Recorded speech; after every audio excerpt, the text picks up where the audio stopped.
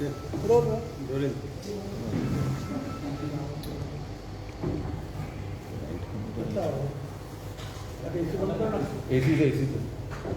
समजत नाही कारण एकदा रिक्षा आपलं म्हटल्यानंतर आपण काय काय केलं त्याच्यामध्ये आवाज येतो तुम्ही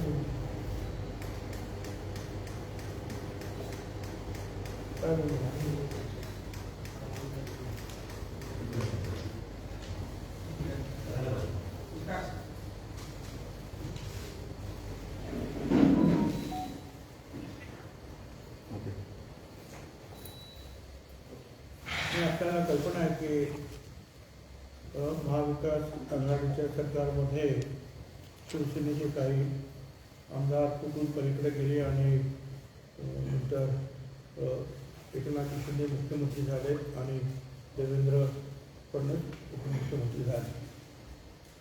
परंतु या सगळ्या चर्चेमध्ये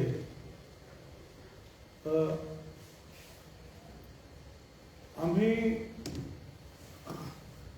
उद्धवजी ठाकरे यांच्यापासून दूर का गेलो किंवा दुसऱ्या गटामध्ये का सामील झालो याच्याबद्दल अनेक कारणं दिली जातात. पण 2-4 वेळा आणि आज सुद्धा एका गोष्टीचा उल्लेख झाला आणि तो वारंवार होतोय की छगन भुजबळ यांनी बाळासाहेबांना अटक केली, त्यांच्या शेजारी तुम्ही कसे काही जाऊन बसला असा प्रश्न जो आहे हा उद्धवजी ठाकरे यांना ते शिंदे गटाचे जे काही आमदार आहेत शिवसेनेचे ते विचारत असतात.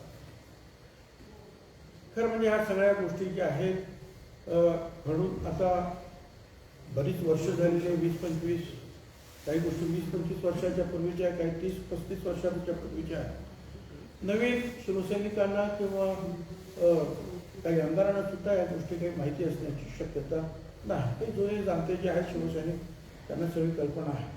शिवसेना स्थापन झाल्या त्या दिवसापासून मी शिवसेनेत सामील झालो. सगळ्या जवळपास आंदोलनात माझा सहभाग होता.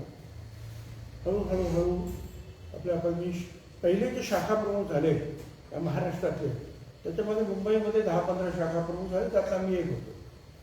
आणि नंतर मी नगरसेवक झालो. 20 वर्षानंतर महापौर आणि आमदार म्हणजे पहिला महापौर आमदार मुंबईचा मी झालो. 2 वेळा असे झाले.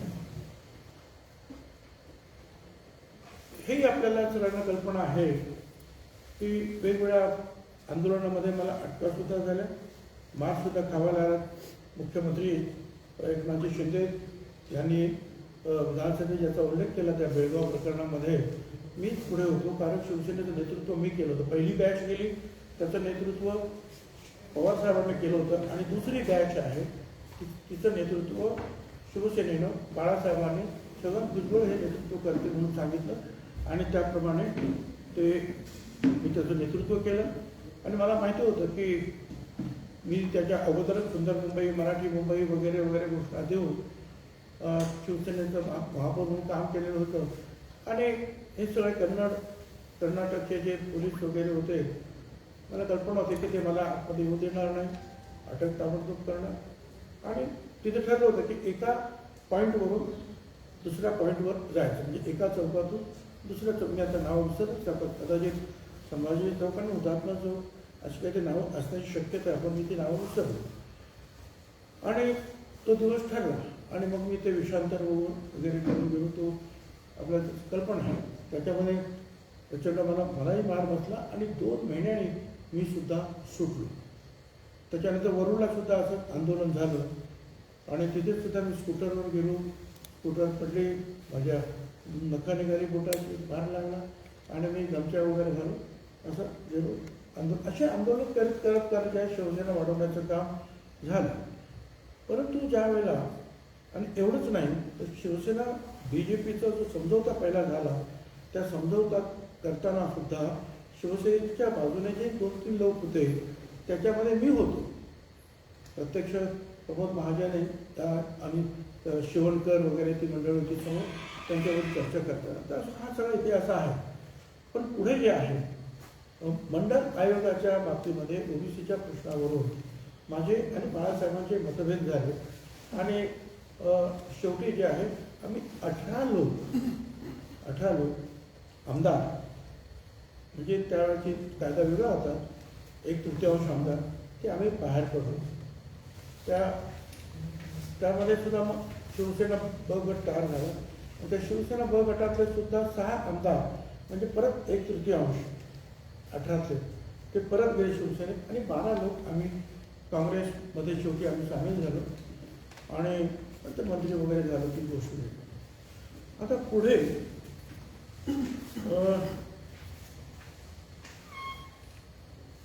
आमचं सरकार पुढे त्याच्यामध्ये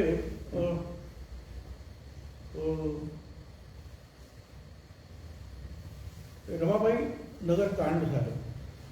त्याच्यामध्ये बाबासाहेब आंबेडकरांच्या पुतळ्याला कुणीतरी विटंबना केली आणि म्हणून आंदोलन पेटलं. त्याच्यामध्ये 11 लहान मोठी माणसं जी आहेत ती गोळीबारामध्ये ठार झाली. मी त्यावेळेला अर्थातच काँग्रेसचा विरोधी पक्ष नेता होतो विधान परिषदेमध्ये. मी स्वतः तिथे भेट दिली आणि आरोप केला की शिवसेना BJPचं सरकार हे कोणी आहे त्या बाबतीमध्ये. यानंतर माझ्या घरावर शिवसेना सैनिकांचा हल्ला झाला, तो फार वेगळा. त्या हल्ल्याच्या बाबतीमध्ये सुद्धा अडकलेले जे शिवसैनिक होते, मी आता अलीकडे जे आहे 2 वर्षापूर्वी ती केस चालली आणि त्यावेळेला मी सांगितलं की मी कोणाला ओळखत नाही आणि ती केससुद्धा शिवसैनिक त्याच्यातून सुटले. पण त्या पुढे असं झालं की एक राजू जैन म्हणून जे आहेत कोणतरी होते धुळ्याचे, त्याने एक ॲफिडेविट केली की भुजबळांनीच हे करवलं, अगोदर मला करायला सांगितलं होतं उलटंपणा, मी केली नाही म्हणून त्याने दुसरीकडून करून घेतली. आणि मग सामनामध्ये असं छापून आलं की हाच तो नराधम, त्याने बाबासाहेब आंबेडकरांच्या पुतळ्याची विटंबना केली. मग याच्यावर न्यायाधीश हायकोर्टाचे गुंडेवार यांचं कमिशन नेमण्यात आलं. आणि कोण दोषी, छगन भुजबळच्या दोषी आहे का, माझ्यावर जे आरोप केले सगळं मी सांगितले की त्यावेळेला कुठे होतो, काय होतो, जे माझ्या विरुद्ध ॲफिडेविट केले ते सुद्धा किती चुकीचं आहे आणि तो मनुष्य किती खोटं बोलतो हे सुद्धा कोर्टामध्ये सिद्ध झालं. गुंडेवार कमिशनने मला क्लीन चिट दिली. आणि त्याच्यानंतर मग मी बाळासाहेब ठाकरे आणि त्यांचे जे काही ट्रस्टी यांच्यावर मी कोर्टात अब्रू नुकसानीचा दावा दाखल केला की यांनी सामनामध्ये हेडलाईन मारलेली आहे की छगन भुजबळ यांनी ही गोष्टी ही विटंबना केलेली आहे आणि इथे तर जज साहेबांनी ज्या मला क्लीन चिट दिली, मी ती केस चालवली.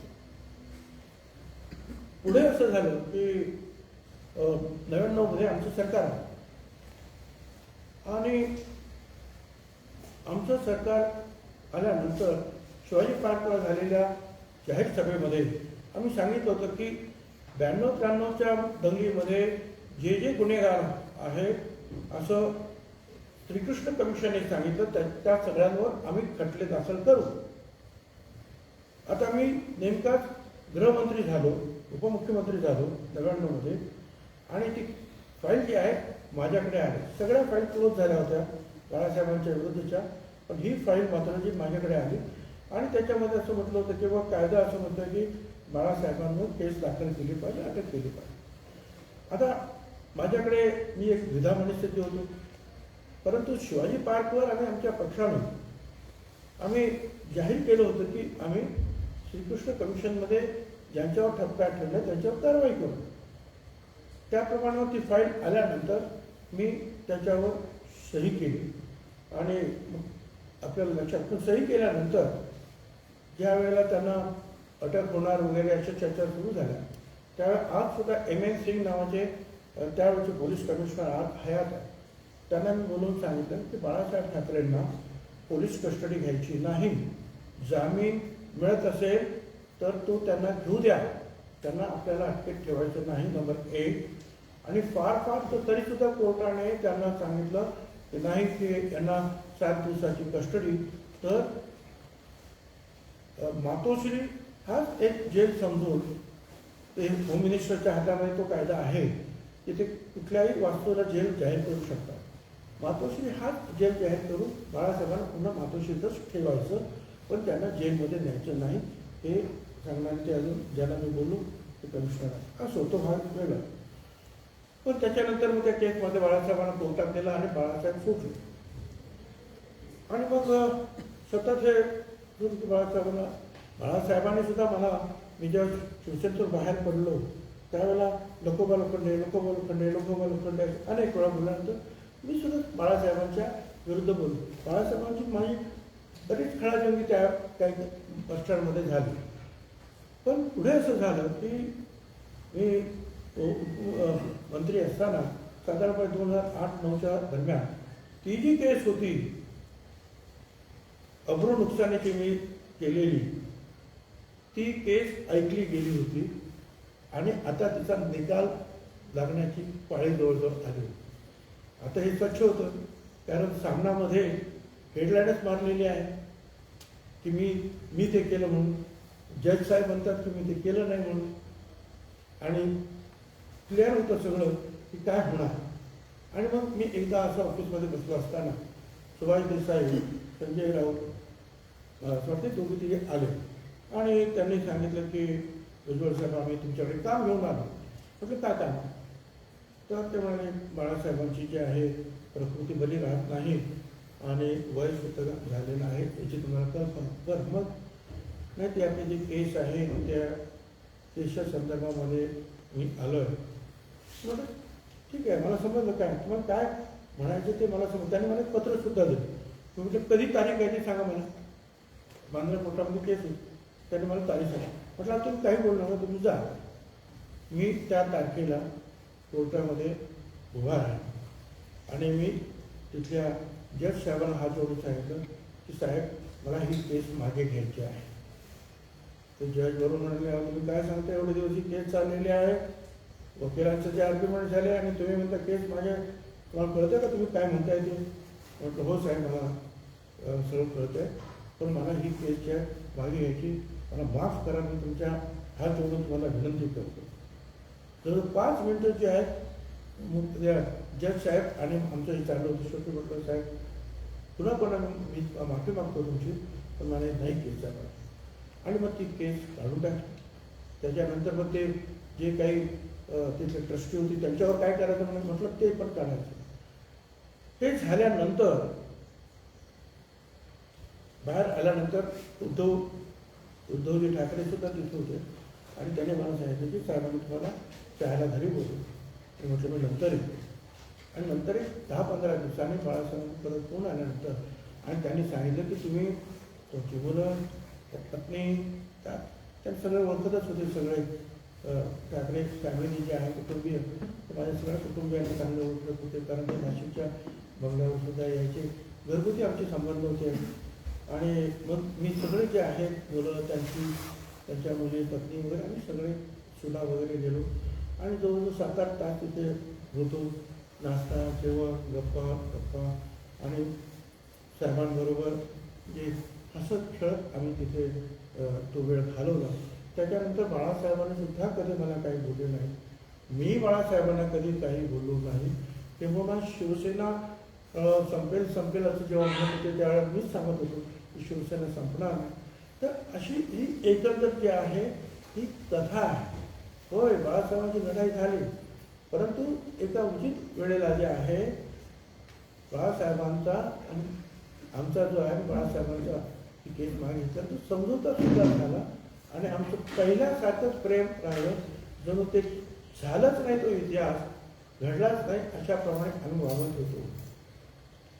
नेहमी या सगळ्याचे आता आमदार सांगतात ना की बाळासाहेबांना अटक झाली होती मग का बसला, तर त्यानं मला सांगा. आणि एवढंच नाही तर बाळासाहेब जेव्हा प्रचंड आजारी होते शेवटच्या 2-3 दिवसात, त्यामध्ये जी 2-3च लोक त्यांना प्रत्यक्ष भेटू शकले वरच्या माळावर जाऊन, त्याच्यामध्ये छगन भुजबळ, बाकी अनेक नेते गेले.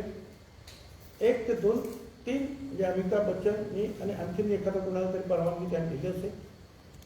एवढ्याच लोक आम्ही जाऊन साहेबांना भेटलेलो. एवढं प्रेम जे आहे आमचं होतं. ठीक आहे, त्यांचं ज्या शिवसेनेचं आणि माझे जे आहे वादविवाद आहेत, आमचे भांडणं आहेत काय, परंतु शेवटी हे महाविकास आघाडीच्या माध्यमातून आम्ही एकत्रित आलो. आता जे मुख्यमंत्री सन्माननीय एकनाथराव शिंदे हे सुद्धा माझ्या अगदी शेजारीच बसायचे कॅबिनेटमध्ये सुद्धा. आणि ही सगळी जी बोलणारी जे काही मंत्री वगैरे असतील ते सुद्धा खेळीमेळीच्या वातावरणात आम्ही बोलायचो. तेव्हा कधी कुणाला वाटलं नाही की का माझ्या शेजारी भुजबळांच्या शेजारी बसायचं की नाही.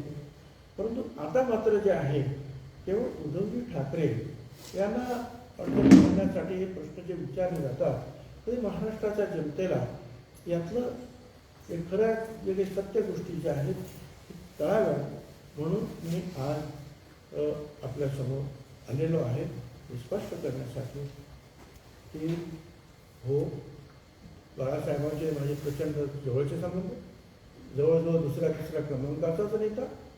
शिवसेना वाढवण्यासाठी मी जे मुंबई आणि ठाण्याच्या बाहेर मी आणि दादा कोंडके यांनी सुरुवातीचे प्रचंड प्रयत्न केले फार लातूर उस्मानाबादपर्यंत. त्यानंतर बाळासाहेबांचं माझ्यावर प्रेम बसलं आणि त्यांनी मला वेगवेगळ्या मुद्द्यावर सुद्धा त्यांनी नेलं आणि एका क्षणाला जे आहे तर मंडल कमिशन वादविवाद झाला, टक्का उडाला, आम्ही बाहेर पडलो.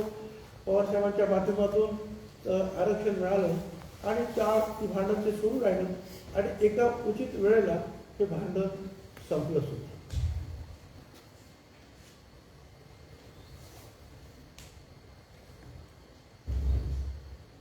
असा हा एकूण इतिहास आहे.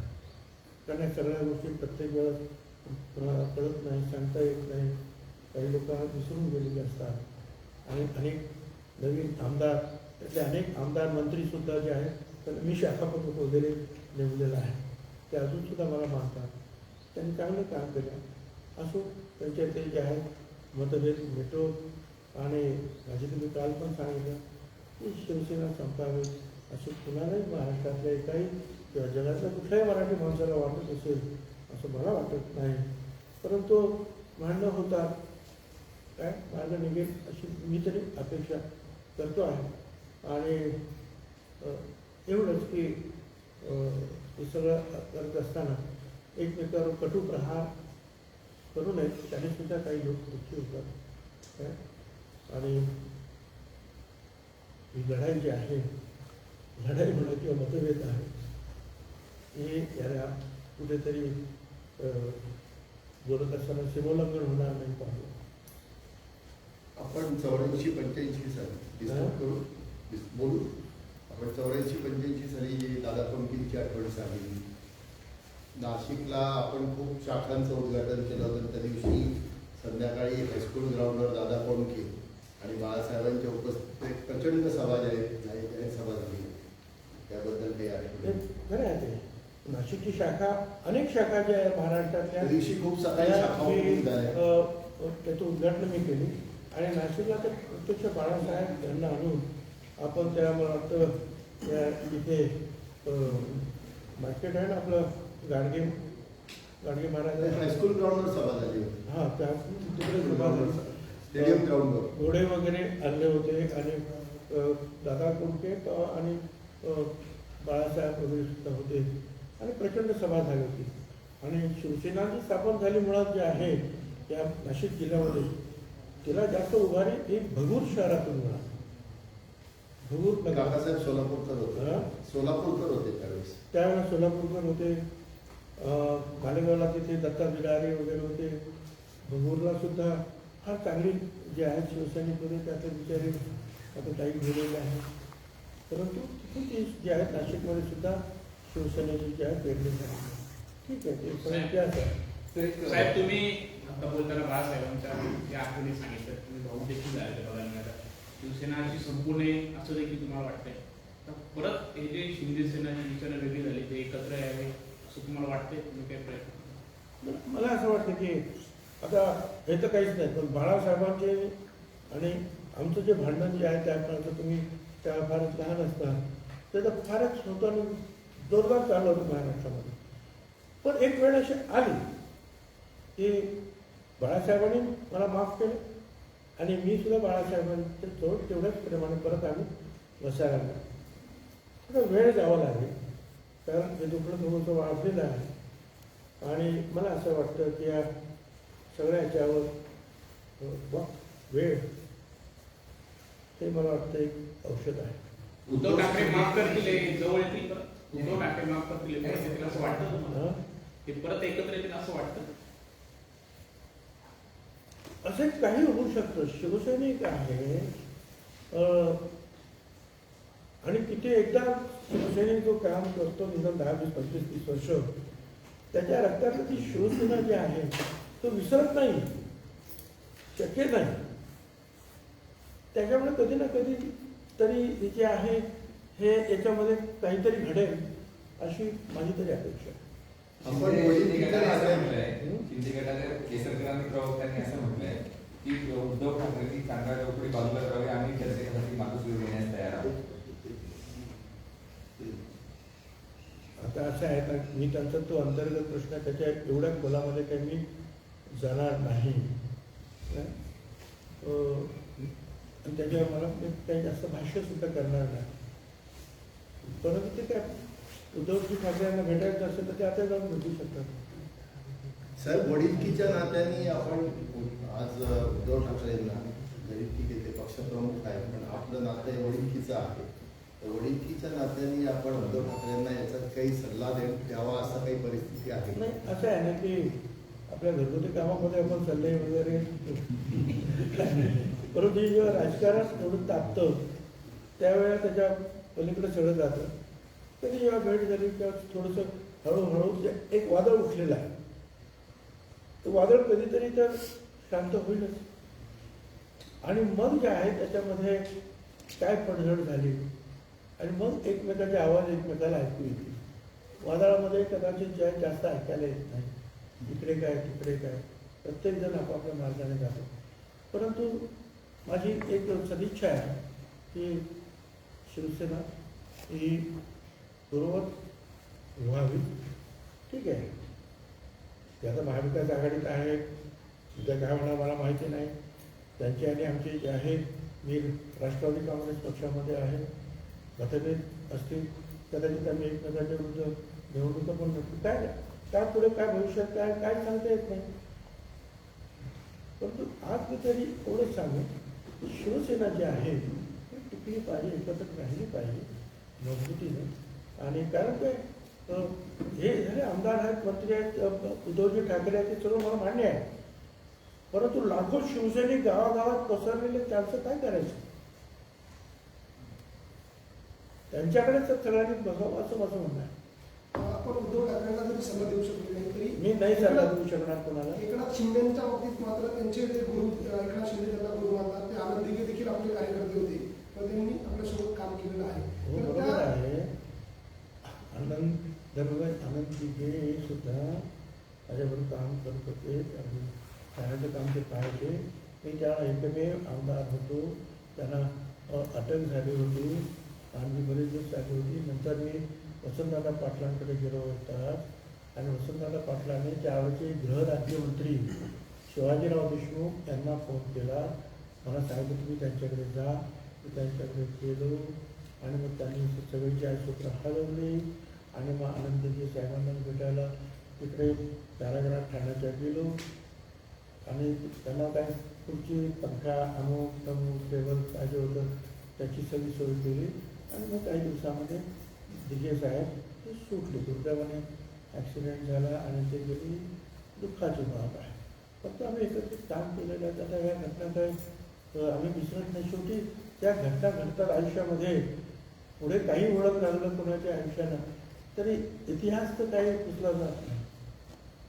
नाराजीचं जे कारण समोर सतत चर्चेलं जात आहे अलीकडच्या या काळात, की उद्धव ठाकरे साहेबांच्यापर्यंत म्हणजे त्यांची तब्येतीचे काही कारणं असतील किंवा मुख्यमंत्री झाल्यानंतर करोना आहे, तब्येतीचं आहे, परंतु ते मुख्यमंत्री झाल्यानंतर सर्वसामान्य शिवसैनिकापासून अगदी आमदारापर्यंत त्यांचा जो अप्रोच होता हा पूर्णपणे थांबला आणि इतर काही मंडळी ज्यांना बडवे म्हटलं जातं या लोकांचं प्रस्त वाढलं. म्हणजे मला त्या वादात काही जायचं नाही. पण मी एक गोष्ट सांगेन की हे मंत्रिमंडळ आल्यानंतर 2 वर्ष कोरोना होता. कोणीच कोणाला भेटलं. तुम्ही सुद्धा जे आहे म्हणजे तुमचं काम चालू होतं, तसं आमच्या अन्नधान्याचं वगैरे पुरवण्याचं काम चालू होतं. परंतु सर्वसामान्य कार्यकर्ते वगैरे सगळे दूर होते, घरामध्ये बसलेले होते. लॉकडाऊन सुरू होता. पोलिसांनी बाहेर फिरायचं सुद्धा नाही म्हणून सांगितलं. 2 वर्ष जे आहेत आपण एकमेकांना काही भेटू शकलो नाही ही एक गोष्ट.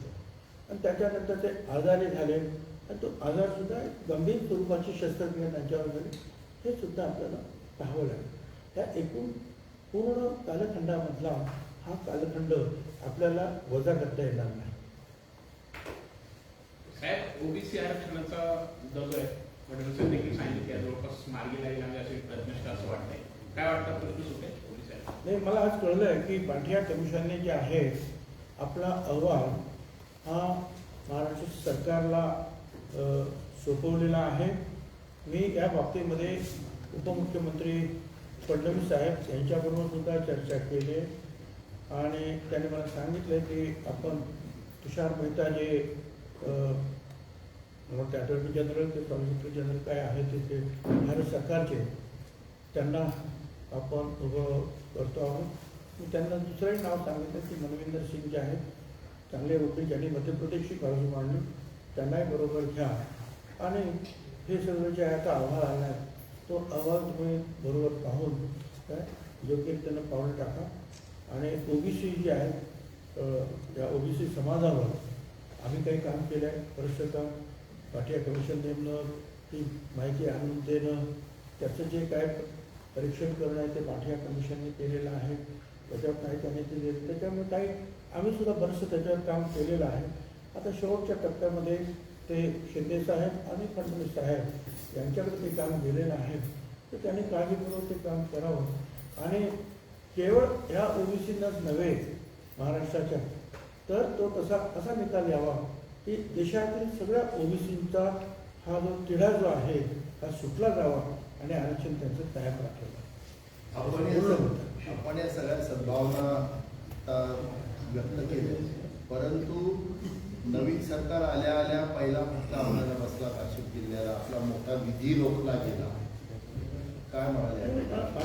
जसं आहे मी त्याच्यावर बोललो, त्या निधी काही हा माझ्या एकट्याचा नव्हता, अख्ख्या जिल्ह्याचा होता आणि सगळ्या आमदारांना समान वाटून द्या. जे आमदार इथे नाहीत, लांब आहेत, ते सुद्धा आल्यानंतर त्यांची कामं घ्या आणि समानतेचं जरा सूत्र ठेवा. त्याच्यावर काही आमच्या मित्रांनी तक्रार केल्यामुळं त्याला थोडं नाही म्हटलं तरी स्टे आला, तोंडी स्टे आला. परंतु नंतर जे आहे आता सगळ्या महाराष्ट्रातील सगळ्याच कलेक्टरांना तो त्याप्रमाणे आदेश दिलेले आहेत की नवीन पालकमंत्री येईपर्यंत ते थांबवा. ठीक आहे. संजय राऊतांच्या विरोधात संजय राऊतांच्या विरोधात अटक कधी झालेला आहे? मी काय ऐकलं नाही, कोणी कोर्टाने काढले आदेश. कोर्टाने काढलेला आहे. किरीट सोमय्यांच्या पत्नीने जो मानहानीचा दावा दाखल केला होता त्या संदर्भात म्हणजे डिफेमेशन केस बरोबर ना? पुढे आलंय. शिवडी बोर्ड टॉयलेट घोटाळ्याच्या याच्यात डिफेमेशन टॉयलेट घोटाळ्याचे जे आरोप झाले होते, डिफेमेशनची केस आहे ना, म्हणजे अब्रुनुकसानीच्या नावावर तो त्याने ठीक आहे ते हजर होते आणि त्यांना जामीन मिळाला तर केस झाली. किरीट सोमय्यांनी मुख्यमंत्र्यांचं अभिनंदन करत त्यांनी म्हणलं की माफिया मुख्यमंत्र्यांना हटवल्याबद्दल तुमचं अभिनंदन. काय सांगायचं त्याच्याबद्दल मला दीपक केसरकर यांचं सुद्धा काहीतरी भाष्य त्याच्यावर आलं की उद्धवजी ठाकरे यांना तुम्ही असे शब्द वापरू नका. असे उद्धवजी ठाकरे दूर गेलेले जे आहेत त्यांच्यापासून उद्धवजी ठाकरे यांच्यावर दूर गेलेले आमदार असतील ते सुद्धा म्हणत आहेत. माझं म्हणणं की इथपर्यंत आपण जाऊ नये आणि मला बरं वाटतं ते दीपक केसरकर किंवा एकनाथजी शिंदे यांच्यातर्फे ते जे काही सांगण्यात आलं या ठरलेलं कृपया पुढे जाऊ. धन्यवाद. Thank you sir.